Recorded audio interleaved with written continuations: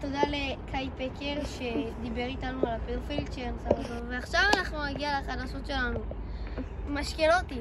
משקלוטי מוצר מאוד מסוכן לכל אנשי הפרסום ולמניהם, וגם השבוע הוא הולך לאחד מהילדים שצופים בטיקטוק במשקלוטי. עכשיו, המשקה הזה, אם אתם מציעים אותו, נשאר תחייגו למשטרה, הם לא יענו לכם, אבל תחייגו.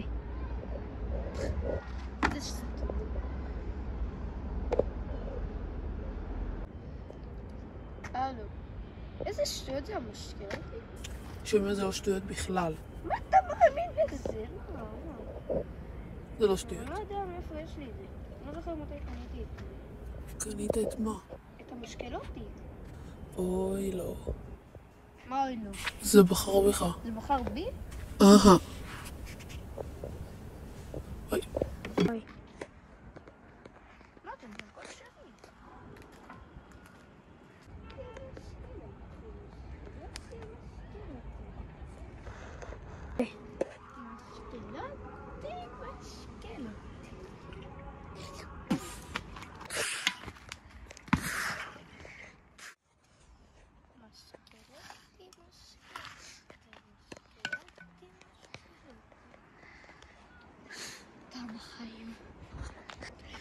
משקלוטי, טעם החיים. תקנו עכשיו ב-50% הנחה, לא כולל טיפ.